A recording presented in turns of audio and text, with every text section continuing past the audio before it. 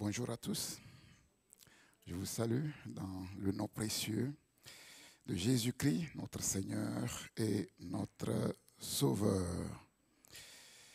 Et plus particulièrement à vous qui nous suivez en distanciel, que ce soit de près ou de loin, que la grâce de Dieu repose abondamment sur vous. Et en vertu de l'autorité que Dieu, le Christ, m'a conférée pour l'édification et la bénédiction du peuple de Dieu, je vous bénis abondamment. Que la paix de Dieu, la joie de l'Éternel soit votre partage tout au long de cette journée que l'Éternel a créée pour notre bien et non pour notre mal. Alléluia. Pour notre bonheur et non pour notre malheur. Lui qui a le pouvoir de faire concourir toutes choses au bien de ceux qui l'aiment. Que son nom soit béni. Voilà, je suis content de voir Abdel et sa chère épouse. Nous sommes encouragés parce que nous voyons concrètement que l'œuvre que Dieu accomplit au travers de notre ministère est une œuvre réelle qui porte du fruit. Les témoignages sont là. Et je me souviens, peut-être tu te souviens Abdel, que quand on avait reçu la convention pastorale de la région parisienne, c'est les jeunes de l'église qui devaient servir. Et ce jour-là, c'était merveilleux parce qu'ils avaient décidé de se mettre tous en costard. C'était nœud papillon, hein? Nœud papillon, c'est mon épouse qui avait préparé. C'était si magnifique que tous les pasteurs ont reconnu que vraiment c'est la meilleure pastorale, c'est le meilleur repas de la convention pastorale qu'ils ont mangé. Voilà, tout ça pour dire que oui, nous gardons de très bons souvenirs. Et bon, peut-être que à l'époque, ce n'était pas encore le temps de se tenir devant le pupitre, mais qui sait? Dieu sait toutes choses et c'est lui qui conduit toutes choses pour la gloire de son nom par rapport aux bonnes choses qu'il a préparées pour le témoignage de son nom. En tout cas, c'est normal, hein? Tu parles bien, c'est normal puisque tu travailles dans la communication. Merci aussi à Lisa pour son ministère. Que Dieu te bénisse abondamment pour l'aide précieuse que tu nous donnes. Nous allons nous lever, si vous le voulez bien, avant d'ouvrir la parole de Dieu. Nous allons prier et nous savons que nous dépendons de notre Seigneur pour toutes choses, les petites comme les grandes. Notre Dieu est fidèle. Il nous a donné son esprit qui nous équipe pour l'œuvre à laquelle il nous a appelés et qui nous dépasse infiniment. Nous prions maintenant pour le service de la prédication de la parole, le service le plus important qui soit sur toute la surface de la terre. Et nous prions le Saint-Esprit pour qu'il soit à l'œuvre pour la communication de ce message, afin qu'il soit fait comme il doit être fait pour la gloire de notre Seigneur et pour l'édification de son peuple. Que tous nos ennemis qui trafiquent dans les ténèbres de loin comme de près contre ce lieu, contre ce ministère, soient neutralisés par la puissance du Saint-Esprit. Seigneur notre Dieu, nous te bénissons pour la grâce que tu nous donnes d'être en ce lieu. Seigneur, au bénéfice, du service le plus grand qui soit sur toute la surface de la terre, à savoir la proclamation de la bonne nouvelle du royaume de Dieu. Oui, la proclamation de la parole de Dieu. Oui, ce ministère ne peut s'accomplir qu'avec ton aide, avec l'aide du Saint-Esprit. Seigneur, tu es là. Ta présence est là. Et ta présence nous suffit. Père, non seulement pour proclamer cette bonne nouvelle, mais également pour que cette bonne nouvelle qui va être proclamée puisse, oui, être proclamée avec assurance, avec hardiesse, avec toute la puissance, oui, du royaume de Dieu, avec ses signes, au nom de Jésus-Christ, que tous les ennemis de l'excellence de ce ministère soient tenus en échec, qu'ils opèrent de près comme de loin. Oui, que les adversaires de la proclamation de ta parole soient neutralisés par le doigt de Dieu. Glorifie, Seigneur, ton nom, afin que les oreilles soient disposées, les cœurs soient disposés à recevoir cette bonne parole qui agit avec puissance au nom de Jésus-Christ et pour sa gloire. Amen. Je vous prie de vous asseoir.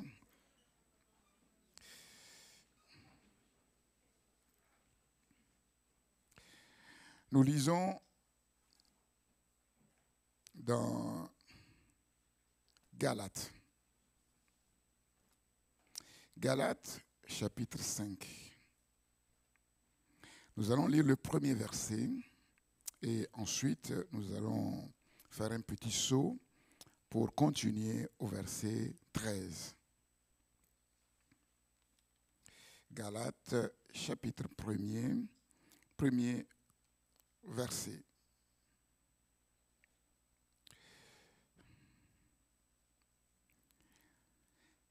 C'est pour la liberté que le Christ nous a affranchis.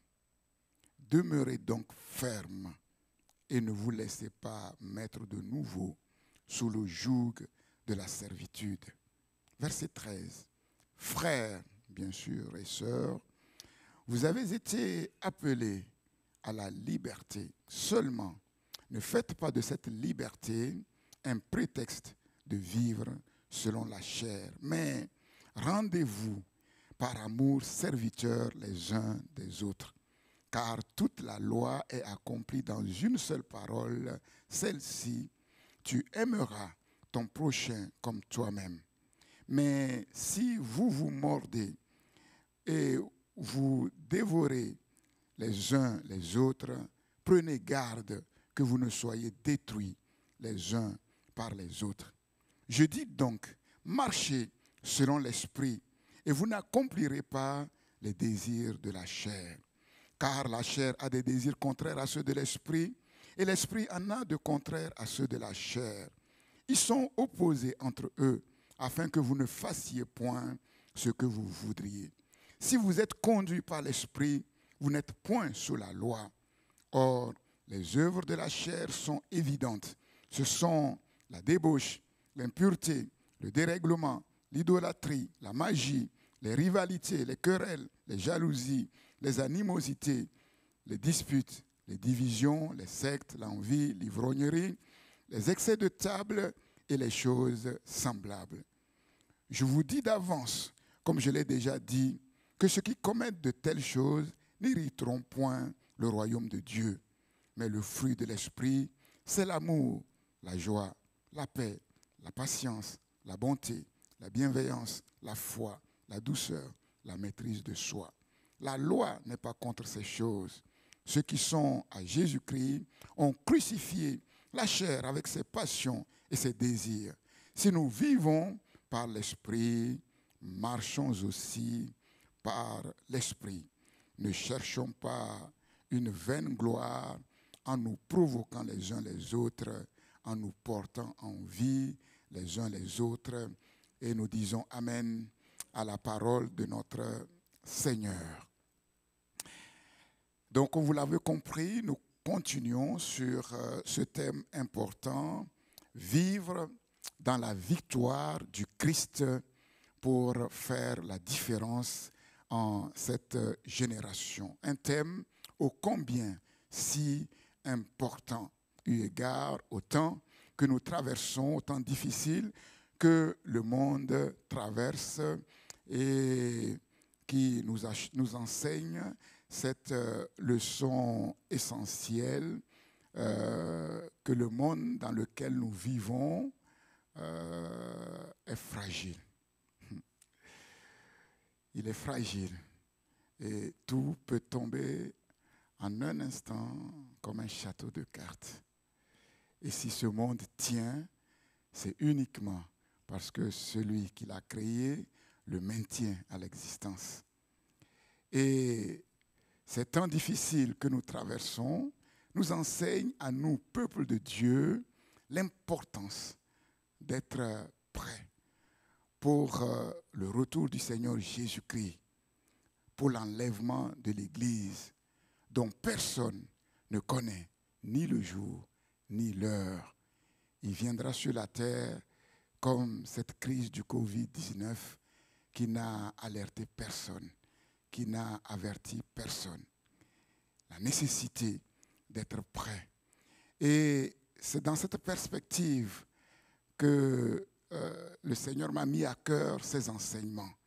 Et je crois que c'est le temps que les serviteurs de Dieu que nous sommes, nous puissions nous mobiliser pour préparer le peuple de Dieu à être prêt pour ce temps, ce jour, cette heure que personne ne connaît. Oui, le peuple de Dieu ne doit pas céder à la superficialité. Le monde va continuer à s'amuser sur les réseaux sociaux. Les faux prophètes, les faux docteurs, les faux enseignants vont continuer à amuser la galerie sur les réseaux sociaux. Mais les vrais serviteurs de Dieu, avertis par le Seigneur, ont la responsabilité d'être vigilants et de préparer le peuple de Dieu à la venue de son Seigneur qui est imminent. L'importance de comprendre le sens et les exigences de la vie que Dieu nous a donnée en Jésus-Christ. Comprendre le sens et les exigences de cette vie afin de ne pas vivre en vain, afin de ne pas courir en vain.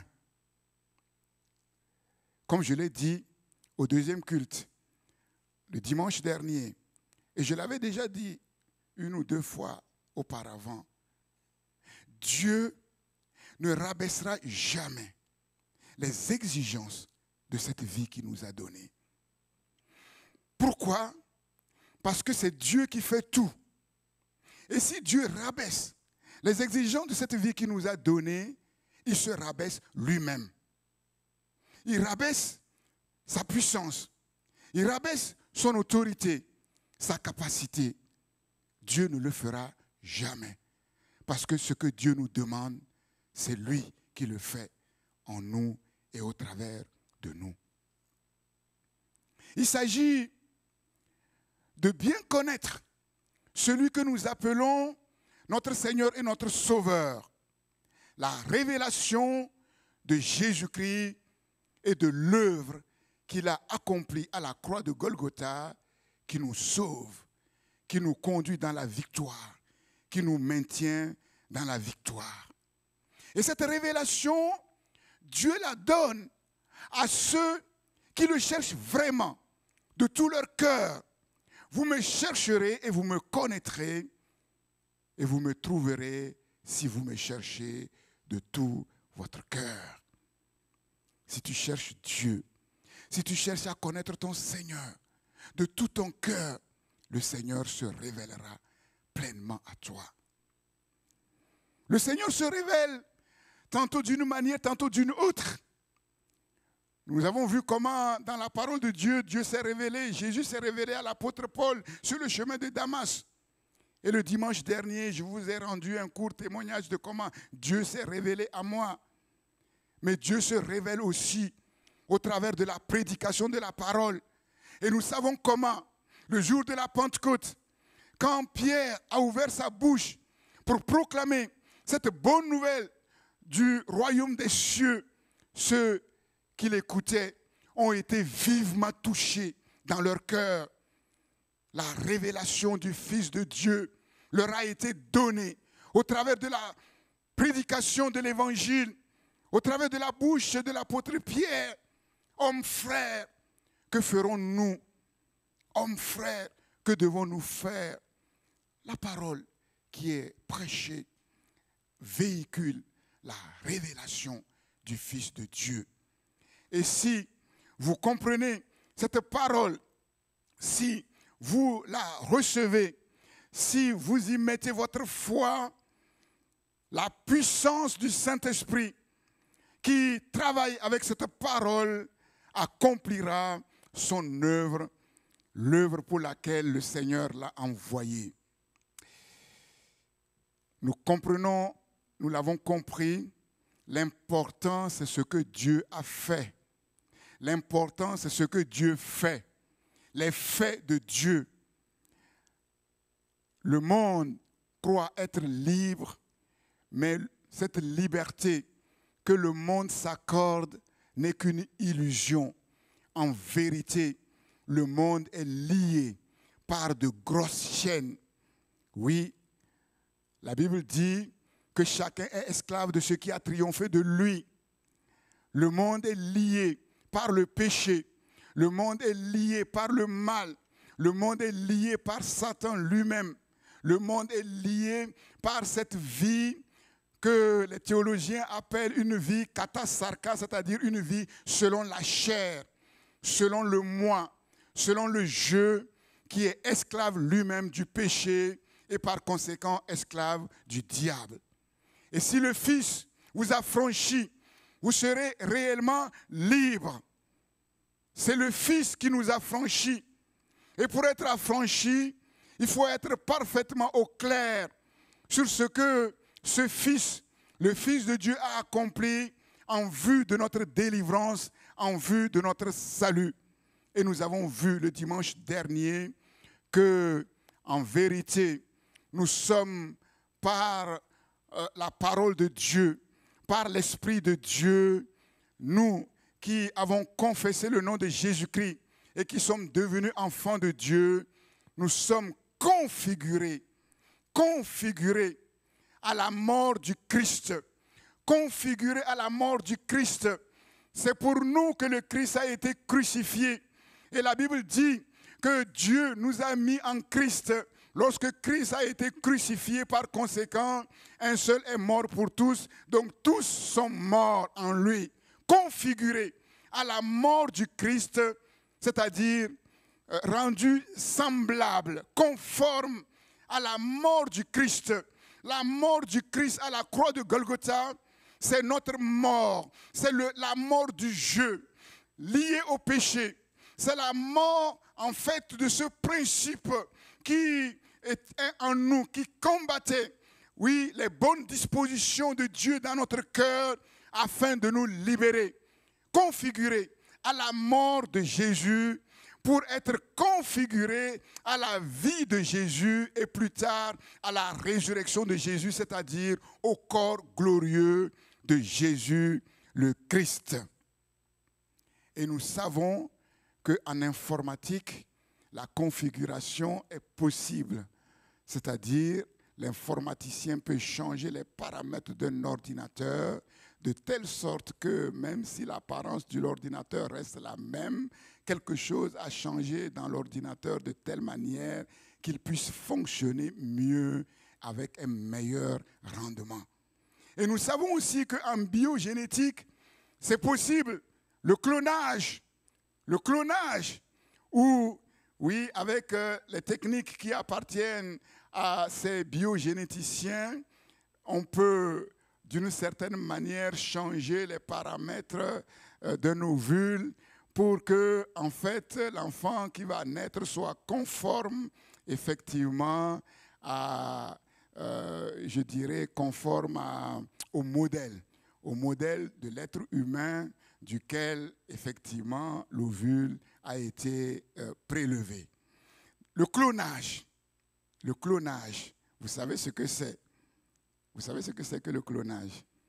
Voilà. C'est-à-dire qu'on peut faire en sorte qu'un bébé qui va naître soit semblable à quelqu'un. Donc, si les êtres humains, au travers de toutes sortes de technologies, sont capables de paramétrer, on pourrait dire, des appareils, et même de paramétrer des êtres vivants, que ce soit des animaux ou les êtres humains, pour les rendre semblables à quelqu'un d'autre, Mais pourquoi Dieu, qui est tout-puissant, n'est pas capable de faire en sorte de nous configurer pour être semblables à quelqu'un d'autre? Et c'est ce que Dieu a fait. Les faits de Dieu, être au courant de ce que Dieu a fait. Et ce que Dieu a fait nous est donné au travers des informations contenues dans la Bible, la parole de Dieu. Et je vous ai dit le dimanche dernier, qu'avons-nous fait pour participer à la victoire de la guerre 1945? Nous n'avons rien fait. Et cependant, nous bénéficions, même nous aujourd'hui, de la victoire qui a été remportée en 1945. Que faisons-nous pour être dans la victoire du Christ qui a été remportée il y a maintenant plus de 2021 ans? Nous n'avons rien à faire. Nous avons simplement à avoir l'info que la victoire a été remportée, que cette victoire est réelle.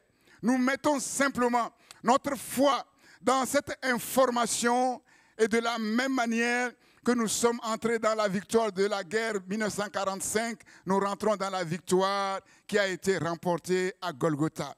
Et je vous ai dit que après la victoire de 1945, est-ce que les hommes sont restés encore enfermés dans leur maison? Non. Après la victoire, ils n'ont rien fait pour entrer dans la victoire. Mais après la victoire, il y avait quelque chose à faire. Et qu'est-ce qu'ils avaient à faire? La vie devait reprendre conformément au système de vie de l'époque. C'est-à-dire, les enfants devaient retourner à l'école, les étudiants à l'université, les adultes allaient travailler. Voilà. Rien à faire pour entrer dans la victoire, mais une fois qu'on rentre dans la victoire, il y a quelque chose à faire. Et ce que nous avons à faire spirituellement, une fois que nous sommes rentrés dans cette victoire, c'est ce que nous voyons, nous allons voir aujourd'hui. Libre par la puissance de la croix, il est nécessaire de le rester. Il est nécessaire de le demeurer. Ma liberté, cette liberté que Jésus m'a donnée, c'est une grâce que Dieu me donne, que Dieu m'a donnée. Cependant, il y a un problème. Quel est ce problème? C'est que cette liberté est en permanence menacée. La liberté en Christ que j'ai reçue, elle est constamment menacée. Notre victoire en Christ, notre liberté en Christ ne sont pas acquises une bonne fois pour toutes. Ce n'est pas un diplôme que je reçois une bonne fois pour toutes, que je mets dans une chemise et que je mets dans ma valise, que je conserve et qui est valable pour tous les temps. Ce n'est pas comme cela. Cette victoire, cette liberté, Paul nous dit que nous pouvons la perdre. Galates 5:1. C'est pour la liberté que le Christ nous a affranchis, libérés. Si le Christ nous a rendus libres, c'est pour que nous le restions et que nous jouissions de la vraie liberté qui nous a acquise. Par conséquent, tenez bon et n'allez pas vous replacer sous un joug. Refusez de vous laisser imposer les chaînes d'une nouvelle servitude. C'est ici clairement annoncé la menace d'être à nouveau esclaves si nous ne sommes pas vigilants. Et cette menace, elle est réelle. Quelle est la raison de cette menace? La raison de cette menace se trouve, entre autres, dans Romains chapitre 6, le verset 5, que nous avons lu le dimanche dernier, que je vais lire pour vous. Si nous sommes devenus une même plante avec le Christ par la conformité à sa mort, nous le serons aussi par la conformité à sa résurrection. Que dit Paul ici? Nous sommes devenus une même plante avec le Christ. Mais en ce qui concerne la résurrection, nous le serons. Nous ne le sommes pas encore. Et dans Philippiens 3, 10 et 11, voici ce que Paul dit encore. Ainsi, je connaîtrai le Christ et la puissance de sa résurrection et la communion de ses souffrances, en devenant conforme à lui dans sa mort, en devenant maintenant conforme à lui dans sa mort, pour parvenir, si je le puis, Paul dit bien si je le puis pour dire que ce n'est pas lui-même, c'est Dieu qui fait toutes choses, à la résurrection des morts, pour parvenir, je suis conforme aujourd'hui, à lui dans sa mort, pour parvenir un jour à être conforme à sa résurrection d'entre les morts. Bien-aimés, c'est très important de comprendre ce que je vais dire. Paul dit ici qu'il y a une dissymétrie dans notre participation à la mort et à la résurrection du Christ. Ça veut dire quoi, dissymétrie? Ça veut dire simplement que nous sommes déjà devenus une même plante avec Christ dans sa mort. Mais nous ne sommes pas encore totalement devenus une même plante avec Christ dans sa résurrection. Ce principe théologique ô combien important, le déjà et le pas encore. Pour ce qui concerne notre configuration à la mort de Christ, c'est déjà fait. C'est déjà fait. Et c'est ce principe qui nous libère intérieurement.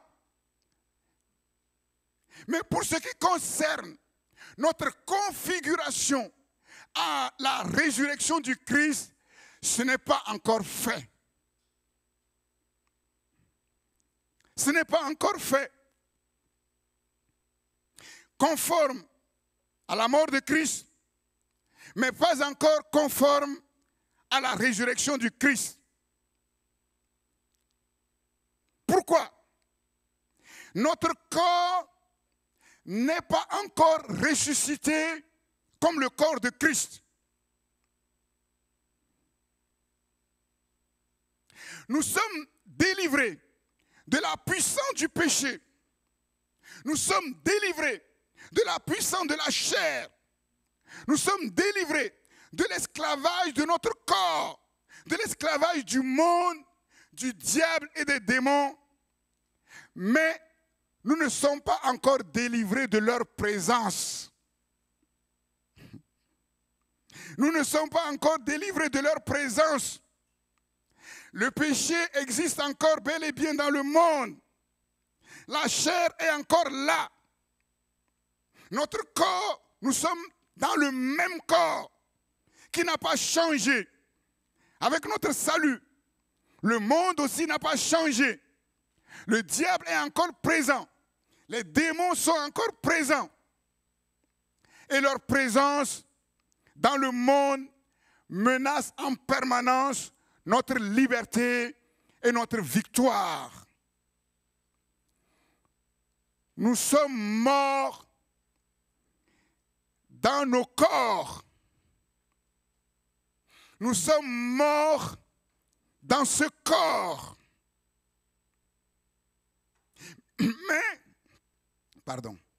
Mais nous sommes encore dans le même corps.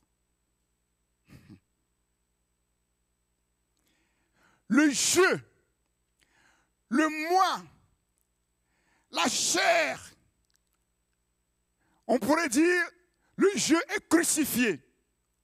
Le moi est crucifié. La chair est crucifiée. Mais le je, le moi et la chair sont encore dans ce corps. Et c'est important de le comprendre. Ça veut dire quoi?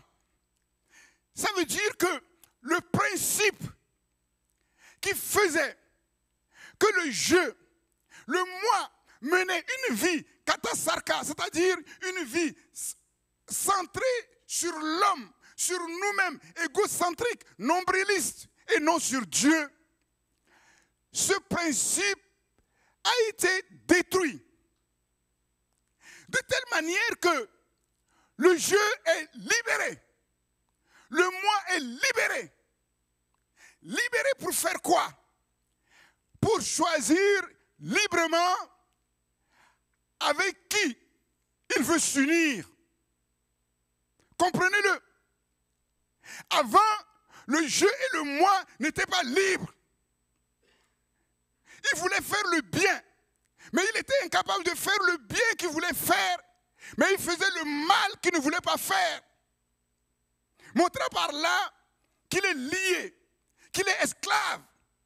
Mais maintenant, la mort de Christ a opéré quelque chose pour briser le principe, la puissance du péché qui empêchait le je d'être libre pour faire le bien. Et maintenant, le je, le moi est libre. Et s'il a bien compris, il n'a rien d'autre à faire de mieux que de s'unir à celui qui l'a libéré, c'est-à-dire au Christ.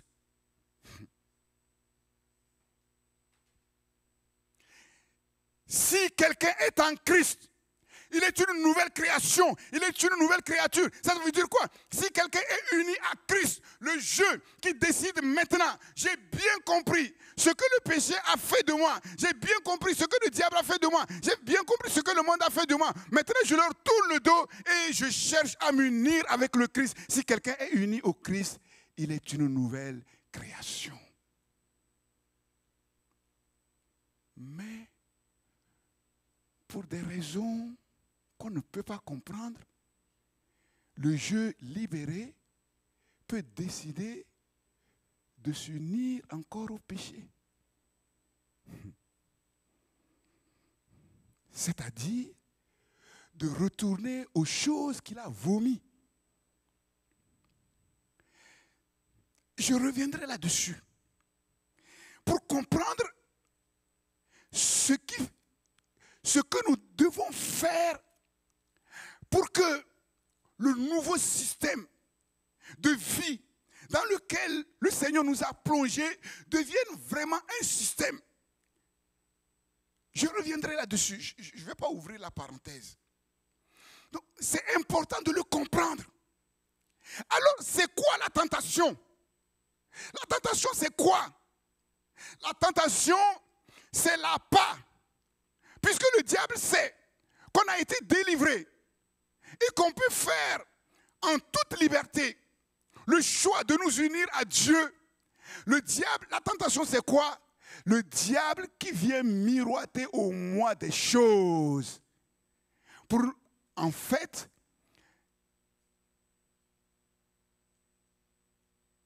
attirer le jeu à lui en lui proposant des choses.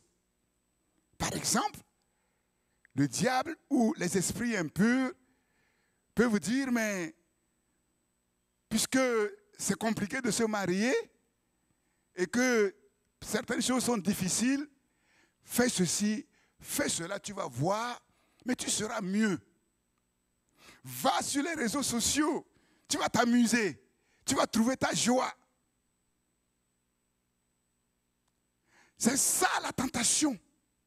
La tentation, c'est avec ruse pousser le moi, le je, à se détourner de Dieu pour revenir aux anciennes choses.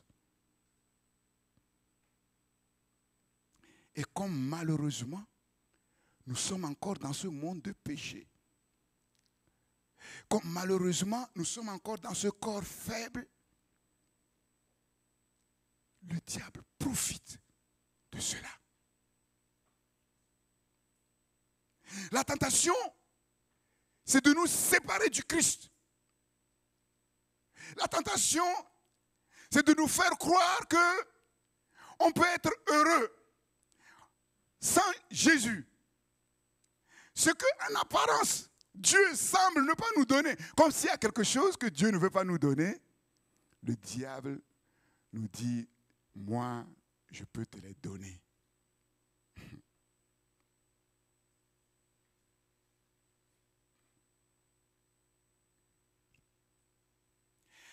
Voilà pourquoi Jésus dit, veillez et priez.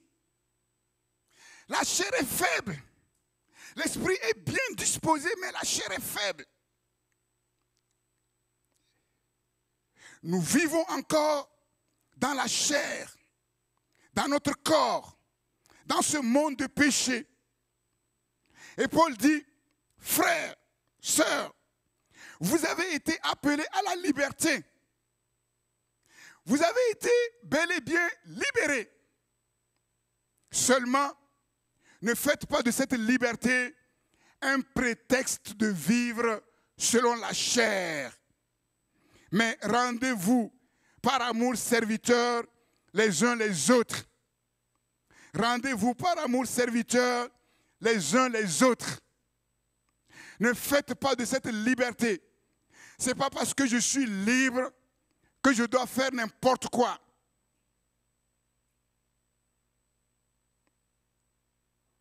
C'est curieux. Quand on commence à dire à certains chrétiens, parce que tu es chrétien, tu ne dois pas t'habiller comme ça. Tu ne dois pas regarder ceci à la télé. Tu ne dois pas faire ceci ou cela sur les réseaux sociaux. Mais il y en a qui disent, ah, vous êtes en train de mettre un joug sur moi. C'est le christianisme à l'envers. Normalement, ces choses, on ne doit pas le dire à un chrétien. Il doit le savoir. Il doit le savoir.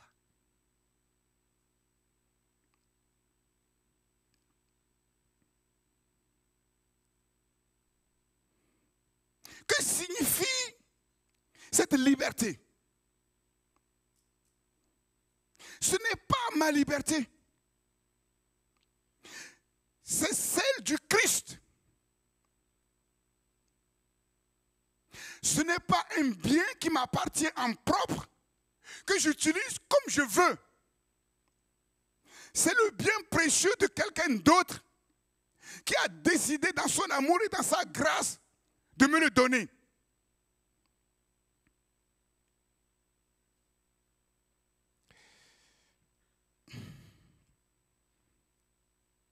Ce n'est pas quelque chose que j'utilise comme je veux. La liberté que le Seigneur m'a donnée, ce n'est pas je fais ce que je veux, comme je veux, où je veux, quand je veux. La liberté que le Christ m'a donnée, ce n'est pas je pense ce que je veux. Je parle comme je veux. Je me comporte comme je veux. Je m'habille comme je veux. J'agis comme je veux. Je réagis comme je veux. Je regarde ce que je veux à la télé. Je fais ce que je veux sur les réseaux sociaux. Ce n'est pas la liberté en Christ. C'est de l'illusion. Ce sont ces choses dans lesquelles tous les êtres humains se vautrent. La liberté que le Seigneur m'a donnée, c'est de faire le bien. Délivrer du mal, de l'esclavage du mal, pour faire le bien. Ce n'est pas pour revenir encore sur les choses qui sont mauvaises. C'est aimer Dieu, c'est aimer son prochain. La vraie liberté consiste donc à obéir à Dieu et à sa parole, à sa volonté. Jésus dit, pourquoi m'appelez-vous Seigneur, Seigneur, mais ne faites-vous pas ce que je vous demande? C'est Dieu qui fait tout. C'est le Christ qui a tout accompli. Et c'est le Saint-Esprit qui nous configure à cette nouvelle vie. Et la seule chose que Dieu nous demande, c'est la foi et l'obéissance. Faire la volonté de notre Seigneur, c'est-à-dire faire le bien, c'est-à-dire aimer Dieu, aimer notre prochain. La foi et l'obéissance que Dieu nous demande ne sont possibles que si nous sommes configurés à la mort du Christ. Si nous sommes morts à nous-mêmes, comme la Bible le dit, si le jeu a été vraiment crucifié, si la chair a été crucifiée, alors nous sommes rendus capables d'obéir. Si nous disons que nous sommes chrétiens, mais nous trouvons difficile d'obéir à Dieu, ça veut dire simplement que nous ne sommes pas configurés à la mort du Christ. D'ailleurs, la foi qui nous est demandée, l'obéissance qui nous est demandée, est déjà elle-même dans la configuration que Dieu a faite en nous. C'est terrible. C'est terrible. Dans la configuration, Dieu a tout mis. D'ailleurs, la foi vient comment? La foi vient de ce qu'on entend et ce qu'on entend de la parole sur Christ qui est proclamée. Ce n'est pas ma foi. C'est la foi de Dieu qui m'a été donnée. Foi et obéissance se trouvent même dans la configuration. De telle manière que pour que ces choses se manifestent, il faut simplement être bien configuré. Et quand on est bien configuré, on obéit. On trouve normal d'obéir. De la même manière que normalement un enfant bien constitué, normal, c'est normal d'obéir à ses parents. C'est normal. Normalement, c'est dans son ADN. Mais le problème, c'est qu'on vit dans un monde bizarre où à l'école, on monte les enfants contre leurs parents, les réseaux sociaux, la télé, tout ce qui est véhiculé ne favorise pas l'obéissance des enfants à leurs parents. C'est tout. Il fut un temps dans le monde, mais on a désobéissance, même nous-mêmes, pas trop loin, quand on était petit, mais désobéir à ses parents, ça ne nous venait même pas à l'esprit. Attendre ses 18 ans pour quitter, partir de la maison, pour aller où? Pour aller où? Même actuellement, même grand, on est marié, si à la maison, papa a une grande maison en attendant de s'acheter une maison, on vit tranquillement à la maison. Où est le problème? Le diable a tout fait pour mettre tout ça par terre. Il faut le comprendre. Voilà pourquoi je vous dis, quand quelqu'un commence à dire la vie chrétienne c'est dur, mais on sait à quel chrétien, à quelle catégorie de chrétiens on a affaire. Ça ne veut pas dire que le fait d'obéir à Dieu, on va obéir en chantant, en dansant. Non, on est encore dans cette chair. Et la chair est faible. La chair est faible.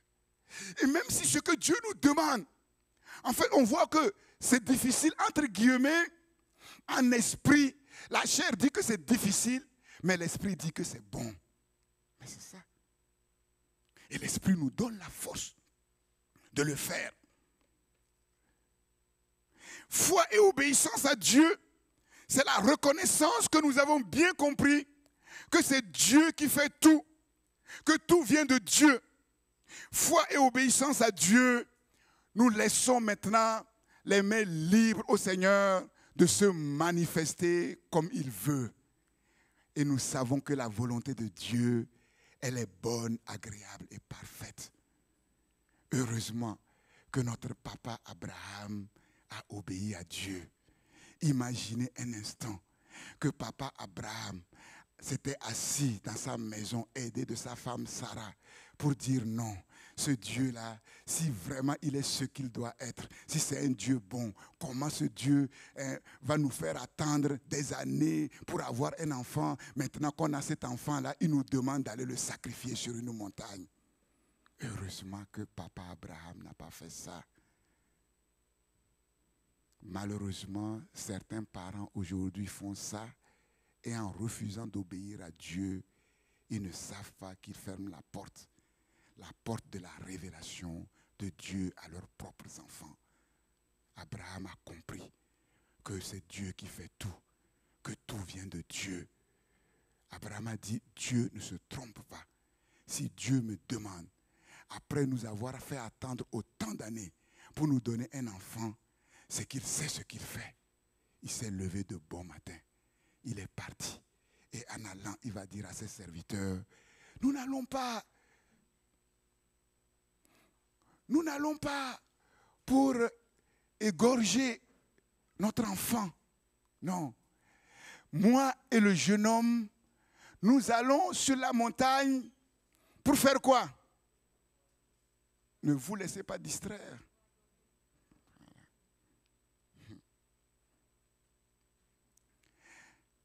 Et sur la montagne, qu'est-ce qui s'est passé? Abraham a sorti son couteau, il a égorgé l'enfant.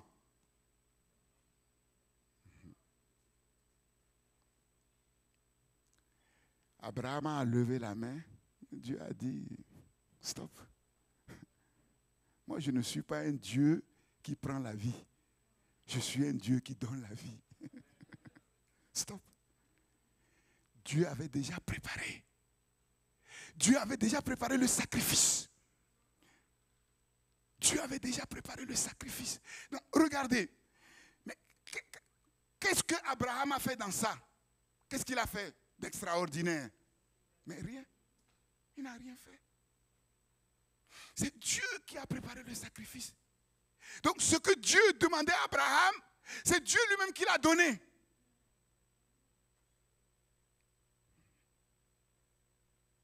C'est Dieu qui a donné. C'est ça. Il faut connaître ce Dieu que nous disons être notre Seigneur. Il faut connaître ce Dieu que nous disons être notre Maître. Et quand nous le connaissons, nous entrons dans une nouvelle obéissance. Et cette obéissance n'est pas esclavage, mais c'est une obéissance choisie, voulue, assumée. Pourquoi? Parce que j'ai compris qui est le Christ. J'ai compris l'œuvre qu'il a accomplie à la croix de Golgotha. Cette œuvre m'enseigne une leçon fondamentale, principale, c'est que Dieu m'aime d'un amour que personne sur la terre ne peut m'aimer.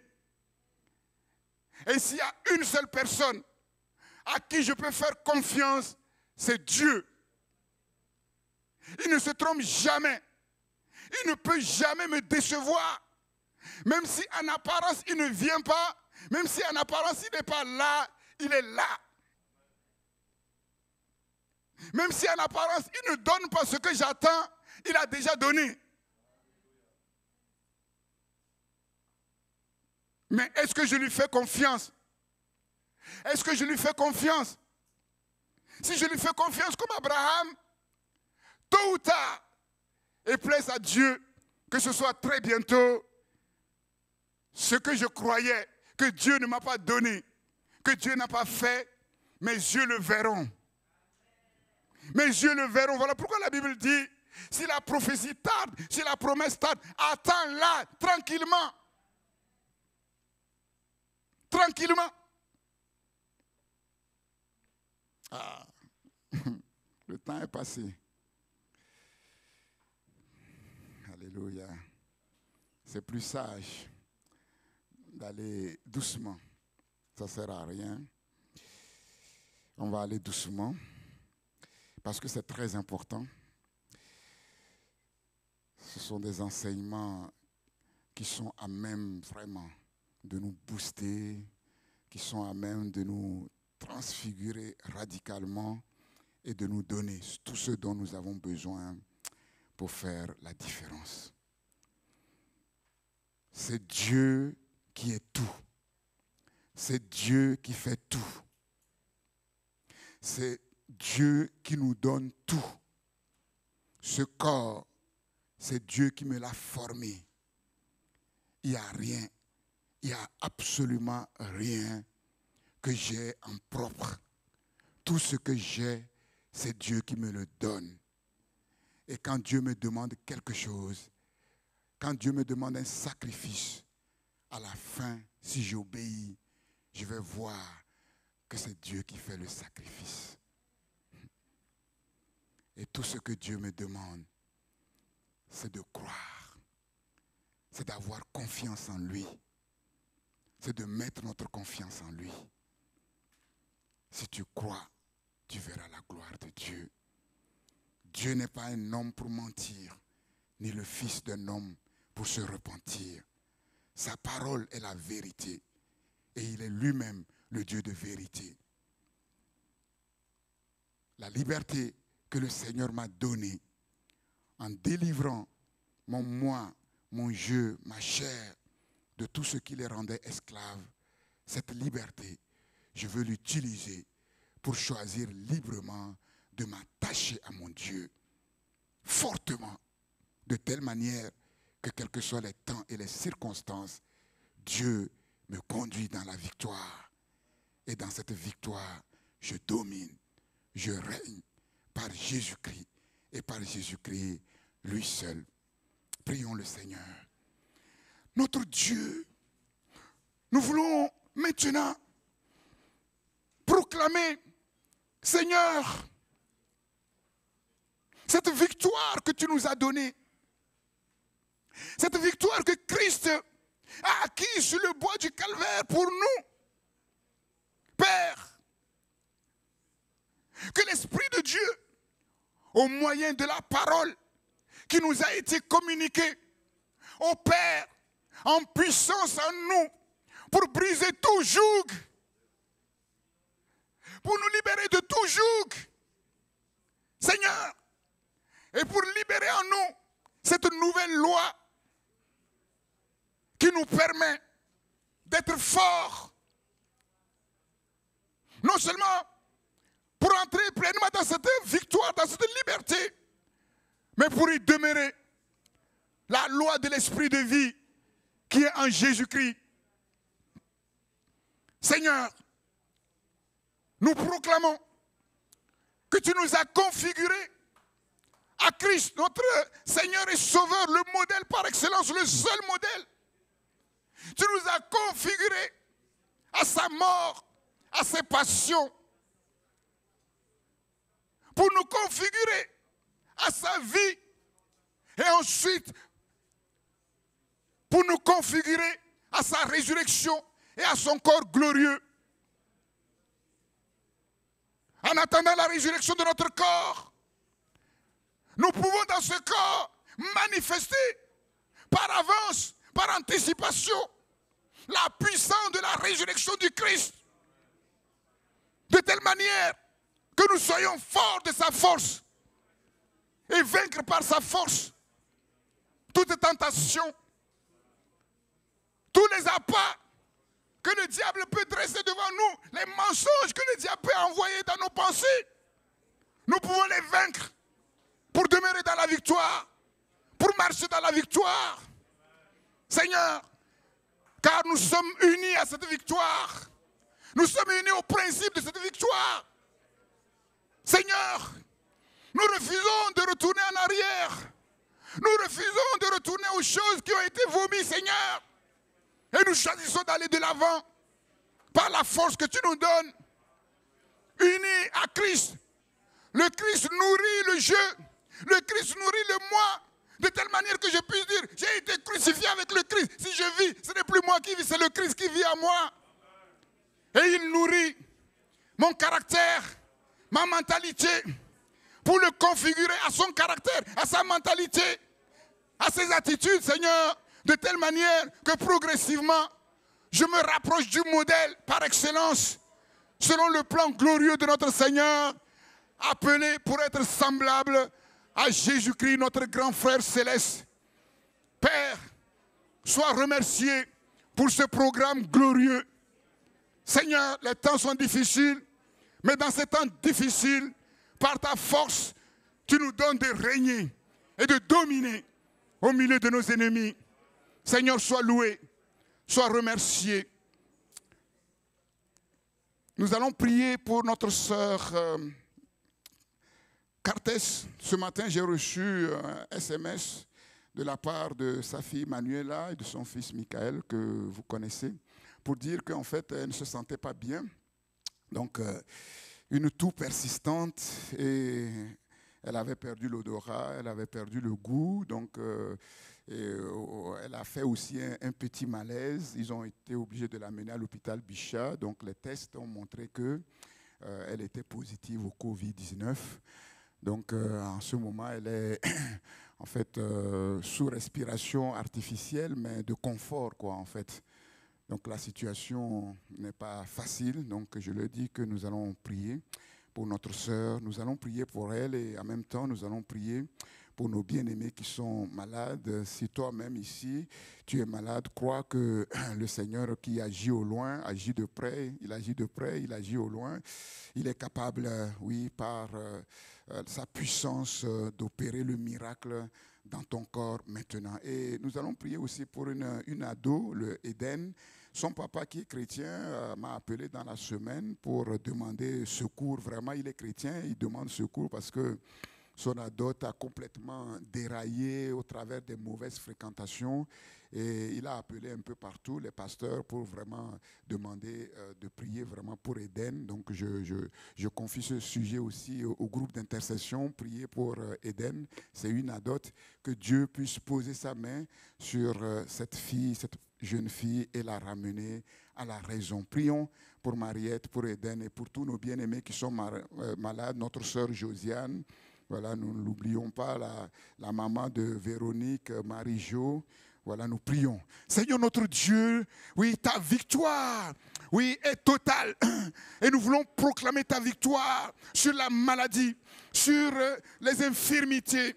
Oui, les programmes de maladie et d'infirmité, parfois que l'ennemi envoie sur tes enfants, Seigneur, nous voulons briser ces programmes, que ces esprits de maladie et d'infirmité qui rôdent partout, Seigneur, et qui manifestent la puissance, oui, de destruction dans les corps, Seigneur, soient liés au nom de Jésus-Christ et que leurs œuvres soient détruites. Nous proclamons la victoire de la croix dans le corps de notre sœur Mariette, Seigneur, qui est à l'hôpital, Seigneur, oh Dieu. Père, nous proclamons la victoire, Seigneur, sur ce Covid-19. Au nom de Jésus-Christ, nous détruisons ses œuvres dans son corps. Au nom puissant de Jésus-Christ, Seigneur, nous la couvrons maintenant de ton sang précieux et nous élevons des forteresses de feu autour de son corps, là où elle est. Père, oh Dieu, nous brisons, Seigneur, tout programme de mort prématurée. Nous proclamons ta victoire. La puissance de résurrection par anticipation, oui, manifestée dans son corps, au nom de Jésus-Christ. Père, nous te prions pour nos bien-aimés qui sont malades, Seigneur, dans ta maison, notre sœur Josiane. Oui, Marie-Jo, la maman de notre sœur Véronique, Seigneur, tous ceux qui, ici présents, sont souffrants dans leur corps, et ceux qui, oui, en distanciel, Seigneur, oui, sont souffrants dans leur corps, nous proclamons la puissance de vie. Seigneur, ta parole proclame, Seigneur, que la puissance qui a ressuscité Christ entre les morts, le Père la met à la disposition de ceux qui croient. Et c'est cette puissance que nous demandons maintenant dans le corps de nos bien-aimés qui sont malades.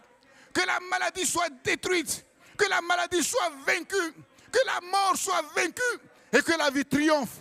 Au nom de Jésus-Christ, Père, souviens-toi de cette adote, Seigneur, pour laquelle son papa demande secours. Nous ne la connaissons pas, mais toi tu la connais. Et tends ta main, ramène-la à la raison, Seigneur, oh Dieu, que tout le plan de l'ennemi pour détruire sa vie, Seigneur, soit détruit. Au nom de Jésus, glorifie ton nom.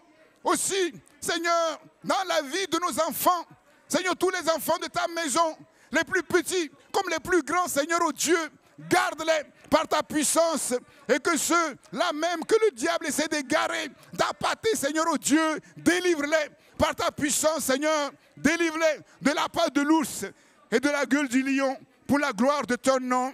Au nom de Jésus, nous allons prier maintenant pour les sujets de prière concernant notre jeûne et prière, c'est-à-dire que nous puissions tous grandir dans la révélation de Jésus-Christ. Nous savons que c'est la condition de base. Plus nous le connaissons, plus nous grandissons à la stature parfaite de Christ et plus nous sommes armés, équipés, oui, pour accomplir notre destinée. C'est-à-dire plus nous grandissons dans ces choses, plus la grâce de Dieu se manifeste dans nos vies et la justice du Seigneur, oui, est à notre compte, nous sommes rendus capables de dominer les forces d'opposition, les puissances hostiles qui combattent notre vocation, notre héritage et notre destinée. Et nous sommes rendus capables, oui, de recevoir toutes les ressources que Dieu nous a données pour le témoignage de son nom. Prions pour ces sujets. Seigneur, oui, nous te prions, Père, par rapport à ces sujets importants, oui, ces thèmes de prière pour notre jeûne et prière, oui, ce que nous demandons pour chacune de nos vies, pour ton peuple, Seigneur, non seulement à Christ pour les nations, mais en France et dans le monde. Seigneur, c'est que nous puissions tous grandir dans la révélation du Fils de Dieu. C'est la base, c'est le fondement. À partir de cette révélation, oui, nous grandissons, oui, à sa stature, jusqu'à sa stature parfaite, Seigneur, progressivement, afin d'être équipés, oui, pour discerner sa volonté, équipés pour accomplir la destinée pour laquelle il nous a sauvés sur cette terre, et aussi être, oui, équipés de toutes les ressources économiques, financières, matérielles, tout ce dont nous avons besoin pour proclamer l'évangile, oui, du royaume de Dieu jusqu'aux extrémités de la terre et dominer au milieu de nos ennemis, Seigneur. Dominer sur les puissances hostiles, dominer sur les forces d'opposition. Oui, la mer est agitée. Oui, les vagues sont en furie. Oui, les vents sont contraires. Mais tu nous donnes par ta puissance de dominer toutes ces choses comme tu l'as fait, Seigneur, et comme les apôtres aussi l'ont fait. Père, merci. Merci. Au nom de Jésus-Christ. Le dernier sujet de prière, c'était par rapport à que Dieu étende sa main sur tous ces vaccins qui nous sont proposés. Comme je l'ai dit, il y a beaucoup de spéculations autour de ces vaccins, mais malheureusement, c'est incontournable. Il arrivera un temps où, c'est déjà même 7 ans, pour accéder à certaines choses, pour voyager, on est obligé de se faire vacciner. Comme j'ai dit, les vaccins n'ont rien à voir avec la marque de la bête. Nous prions simplement pour que Dieu rende ces vaccins efficaces. S'il y a des choses dans ces vaccins pour nuire, Dieu est capable de les détruire. La parole de Dieu dit, même si nous buvons des breuvages mortels, il ne nous fera pas de mal, que Dieu protège son peuple. Et s'il y a des choses malveillantes, Dieu est capable aussi, oui, de la mener en pleine lumière. Comme j'aime à le dire, on peut tromper tout un peuple un certain temps, on peut tromper une partie du peuple tout le temps, mais on ne peut pas tromper tout le peuple tout le temps. C'est Dieu qui règne et Dieu est capable d'amener à nu toutes les œuvres des ténèbres qui sont faites pour sa gloire. Nous prions pour l'efficacité des vaccins afin que, si nous sommes appelés à prendre ces vaccins, qu'ils ne nous fassent pas de mal, mais au contraire que ce soit efficace pour bien nous protéger. Seigneur, oui, nous prions, Seigneur, pour les vaccins qui nous sont proposés. Oh Dieu, Père, tu connais toutes les spéculations autour de ces vaccins, mais nous ne voulons pas regarder à ça. Nous savons que même dans les médicaments qui nous sont proposés en pharmacie, oui, il y a toujours des effets secondaires. Certains même ont entraîné des morts, mais nous regardons à toi. Même la nourriture que nous mangeons, tu nous demandes de rendre grâce d'abord. Oui, parce qu'il peut y avoir, même sans qu'on ne sache, des choses qui peuvent nuire à notre santé. Voilà pourquoi nous te présentons tous ces vaccins étant ta main puissante afin d'écarter toute œuvre malveillance souterraine. Seigneur, s'il y a des choses nocives dans ces vaccins, permets, oui, que cela ne soit pas, Seigneur, pour tes enfants en particulier, Seigneur, et pour le monde, Seigneur, en général. Seigneur, et si ces spéculations s'avèrent vraies, nous te prions, Seigneur, oui, d'amener toutes ces choses cachées à la lumière. Au nom de Jésus-Christ, glorifie, Seigneur, ton nom. Nous te bénissons pour ta protection, Seigneur, oh Dieu. Celui qui nous garde ne sommeille ni ne dort. Père, c'est notre privilège que de t'avoir pour Dieu, pour maître, pour protecteur. À toi la gloire, la puissance et l'honneur. Sois béni, Seigneur, pour chacune de nos vies. Au nom de Jésus-Christ. Amen, amen et amen. Merci. Merci à tous de nous avoir suivis. Vous pouvez nous suivre sur christpourlesnations.com. Nous vous souhaitons une excellente semaine. À dimanche prochain.